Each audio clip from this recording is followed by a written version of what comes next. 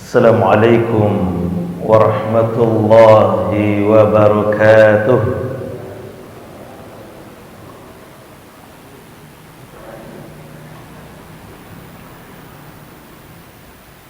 Bismillah walhamdulillah alladhi asbahna bibarakatihi wa amsayna biridaihi.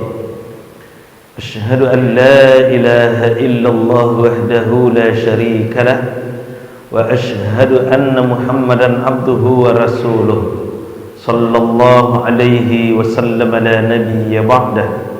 Allahumma salli wa sallim ala Muhammadin wa ala alihi wa sahbihi ajma'in. Bapak pengurus beserta jajaran kepengurusan beliau yang sama kita hormati, Bapak Ibu tokoh masyarakat, tokoh agama, guru-guru kita, orang tua kita yang kita muliakan, Bapak-bapak, ibu-ibu yang dirahmati dan dimuliakan oleh Allah Subhanahu wa taala. Syukur alhamdulillah kita ucapkan kehadiran Allah. Salawat dan salam semoga tetap tercurah kepada baginda Rasulullah Muhammad sallallahu alaihi wasallam. Allahumma salli ala Muhammad wa ala ali Muhammad. Allahumma bika asbahna wa bika amsayna wa bika nahya wa bika namut wa ilaikan nusyur. Duhai Allah, bersamamu kami pagi ini, kami harap tetap bersamamu sampai sore nanti. Bersamamu hidup dan mati kami, kepadamulah kami kembali. Amin ya rabbal alamin. Baik Bapak Ibu, pada pagi ini kita akan bahas sebuah hadis dari Rasulullah sallallahu alaihi wasallam. Hadis ini diriwayatkan oleh Imam Al-Bukhari, nomor hadis 6069. Hadis yang sama juga diriwayatkan oleh Imam Muslim, nomor hadis 2990. Hadis dari Abu Hurairah radhiyallahu anhu. Abu Hurairah berkata, Sami'tu Rasulullah sallallahu alaihi wasallam yaqul. Kata Abu Hurairah, saya pernah mendengar Rasulullah sallallahu alaihi wasallam bersabda, kullu ummati mu'afan illa al-mujahirin wa inna minal mujahirah ay ya'mal ar-rajul bil-laili 'amalan thumma yusbihu wa qad satarahu Allah fa yaqul ya fulan amiltu al-barihah kadha wa kadha wa qad bata yasturuhu rabbuhu wa yusbihu yakshifu sitrallah anhu. Hadis riwayat Al-Bukhari. Baik Bapak Ibu, setiap manusia pasti melakukan kesalahan, dan itu kita tidak bisa pungkiri. Setiap manusia pasti melakukan kesalahan. Bahkan Rasulullah apakah pernah melakukan kesalahan? Pernah. Cuman Rasulullah kan maksum. Rasulullah kemudian diampuni oleh Allah Subhanahu wa taala. Diampuni dosanya. Apa kesalahan Rasulullah? Itu yang terjadi pada kasus Abdullah bin Ummi Maktum. Ketika Rasulullah mengabaikan Abdullah bin Ummi Maktum sehingga turunlah teguran, kemudian surat Abasa wa tawalla an ja'ahul a'ma. Hai Muhammad, kamu bermuka masam, kamu berpaling dan bermuka masam ketika datang seorang buta kepadamu, kata Allah, menegur Nabi Muhammad sallallahu alaihi wasallam. Tapi itu kan punya alasan tersendiri Rasulullah sallallahu alaihi wasallam berbuat seperti itu dulunya. Tapi kemudian setelah turun ayat menegur Rasulullah itu, Rasul langsung memperbaiki kesalahan beliau, menyambut Abdullah bin Ummi Maktum, kemudian bahkan memuliakan Abdullah bin Ummi Maktum dan menjadikan Abdullah bin Ummi Maktum menjadi salah satu muazzinnya Rasulullah sallallahu alaihi wasallam. Panjang lagi itu ceritanya Bapak Ibu. Tapi yang jelas setiap manusia itu pasti melakukan kesalahan, dan tidak terlepas itu siapapun dia. Kalau kesalahan itu hanya kesalahan biasa-biasa saja, namanya khata' di dalam Al-Qur'an. Namanya khata' di dalam Al-Qur'an. Dan kita selalu mohonkan kepada Allah, Rabbana la tu'akhidna in nasina aw akhta'na. Duhai Tuhan kami, jangan bebankan kepada kami jika kami seandainya lupa atau kami melakukan kesalahan. Aw akhta'na. Ketika seseorang melakukan kesalahan, ini kesalahan biasa Bapak Ibu. Ketika seseorang melakukan kesalahan lalu dia mohon ampun, minta maaf kepada Allah, Allah akan ampuni dan maafkan dia. Sifat Allah memaafkan orang yang khati, orang yang melakukan kesalahan, disebut dengan afu. Makanya kalimat setelahnya di dalam surat Al-Baqarah ayat 286 itu ditutup dengan kalimat wa'fu anna, maka maafkanlah kami. Atas apa? Atas akhta wa nasiyah tadi, atas kelupaan dan kesalahan yang pernah terlakukan itu. Jadi kalau kesalahan itu kesalahan yang biasa Bapak Ibu, namanya khata, dan itu mudah bagi Allah mengampuni. Bahkan lebih dari itu, ketika kesalahan-kesalahan itu bahkan berulang, bahkan meningkat dari segi kualitas kesalahan, kuantitas kesalahan itu, maka kesalahan itu disebut nanti dengan dzanbun, jamaknya zunub. Turunlah kemudian firman Allah menyatakan tentang itu. Surah Ghafir, Allah Subhanahu wa taala ghafirudz dzunub, ghafirudz dzanbi wa qabilut taubah. Allah Subhanahu wa taala, sifat Allah ketika seseorang yang melakukan kesalahan, dzunub, dzanbun yang jamaknya dzunub itu, lalu kemudian mohon ampun kepada Allah, sifat Allah yang mengampuni orang yang melakukan dzunub itu namanya Ghafir.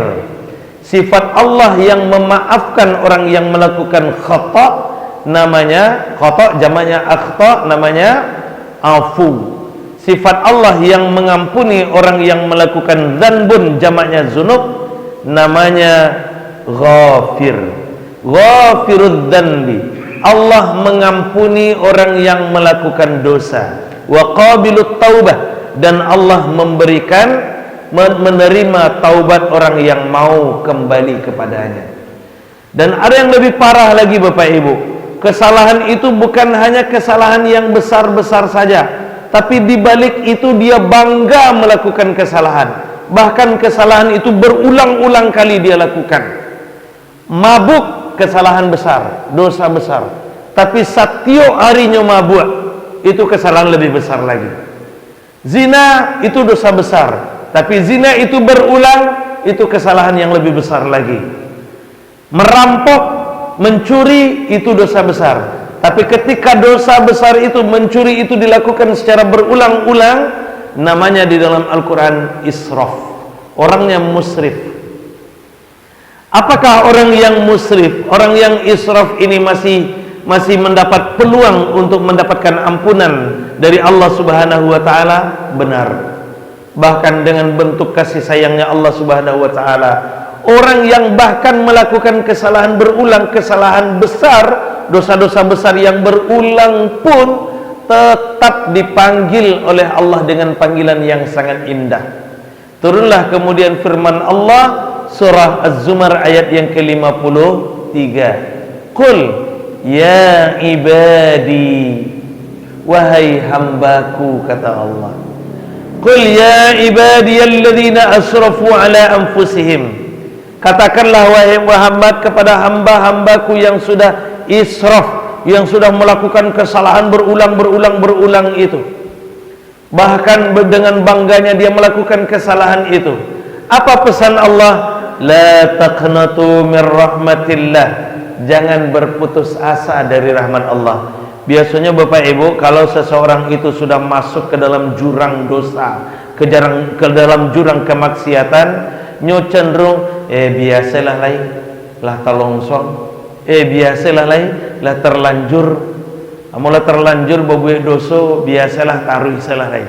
Amola terlanjur bajudi, biasalah taruh salah lain. Nyo kepada sojuonyo, nyo masuk neraka juonyo.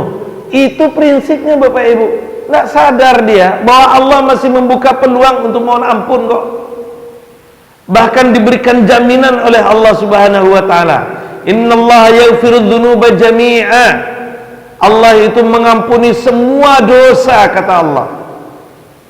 Hanya saja Bapak Ibu, ada peringatan dari Allah Subhanahu wa taala dan Rasulnya yang patut kita waspadai.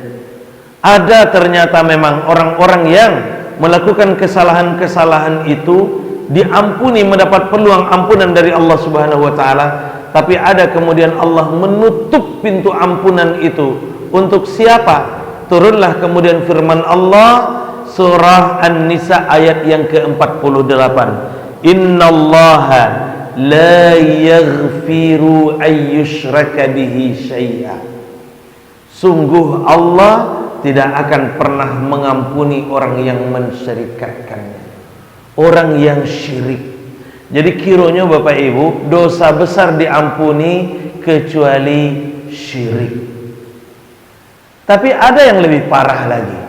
Kalau syirik itu biasa Bapak Ibu, syirik. Kalau syirik tidak terlalu bermasalah barangkali. Tapi ada yang lebih parah lagi dari syirik itu Bapak Ibu, namanya mujahir. Inilah yang disebutkan oleh Allah oleh Rasulullah sallallahu alaihi wasallam di hadis riwayat Al-Bukhari 6069 ini. Kalau dulu orang-orang kafir jahiliyah yang musyrik itu masih mengakui Allah, masih menghargai Allah, masih menghormati Allah, mereka menyebut Baitullah, mereka masih tawaf mengelilingi Baitullah itu, walaupun kemudian di sekeliling Baitullah itu pasang puluh patung-patung untuk mereka sembah, karena mereka mengakui ada kekuatan lain di lain kekuatan Allah Subhanahu wa taala. Tapi ada satu lagi yang bahkan bukan hanya melakukan kesalahan, tapi menganggap menyepelekan kasih sayang Allah Subhanahu wa taala. Namanya mujahir. Jadi bukan hanya ikan saja yang mujahir Bapak Ibu, orang adalah mujahir kiranya. Orang yang melakukan kesalahan itu namanya mujahir. Maka turunlah kemudian hadis Rasulullah sallallahu alaihi wasallam. Apa kata Rasulullah? Kullu ummati mu'afan. Semua umatku itu mendapat peluang untuk dimaafkan, untuk diampuni kesalahannya, untuk dimaafkan segala kekeliruannya, illal mujahirin, kecuali orang-orang nan mujahir. Jadi kok ada orang yang mujahir, itu gawat gitu. Siapa yang mujahir itu? Wa inna minal mujahira ay ya'mal ar-rajul bil laili 'amalan thumma yusbihu wa qad satarahu Allah fayaqul ya fulan amiltul bariha kadza wa kadza, katanya. Ketika seseorang melakukan kesalahan di malam hari, contohnya ini kata Rasulullah, ketika seseorang melakukan kesalahan di malam hari, kemudian dia menghadapi pagi dan kesalahan itu tidak diungkap, tidak terungkap kesalahannya itu, tapi kemudian pagi harinya ngecek ke orang, hei fulan, bro, amiltul bariha kadza wa kadza, tadi malam mau melakukan ikhwah. Mukasinya apa? Tengah malamnya berzina, paginya cariton ke orang dengan bangganya. Bro, tadi malam mau berzina. Bro, tadi malam mau minum minuman karet. Bro, tadi malam mau merampok di situ, dapat sekian katanya kan. Dengan bangganya dia melakukan hal itu. Melakukan kesalahan, dia tidak merasa itu adalah kesalahan, lalu kemudian diceritakan pula kepada orang lain. Mujahirah namanya, mujahir. Dari kata jaharo. Jaharo itu nyata artinya. Jaharo itu nyata. Jahar, menyatakan, menunjukkan, menampakkan keburukan-keburukan aib yang sudah dilakukannya kepada orang lain. Mujahir. Ada orang dan bentuk itu banyak, dan bahkan bukan hanya laki-laki. Bapak Ibu, manusia do banyak. Carilah Bapak Ibu, di rumahnya, bahkan di dalam kamarnya, nyo buka jilbabnya, nyo pasang kamera, nyo bayi bagoyang di muka kamera itu. Kalau cuma nyo goyang di muka kamera, nyo rekam untuk koleksinya pribadi masih mending. Iko indah do Bapak Ibu, nyo upload, nyo masukkan ke TikTok, nyo masukkan ke Facebook, supaya di like, supaya di follow, supaya dikomentari oleh orang lain, supaya disukai oleh orang lain. Mujahir namanya. Mujahir namanya. Ada orang yang bentuk itu banyak. Kesalahannya di mana?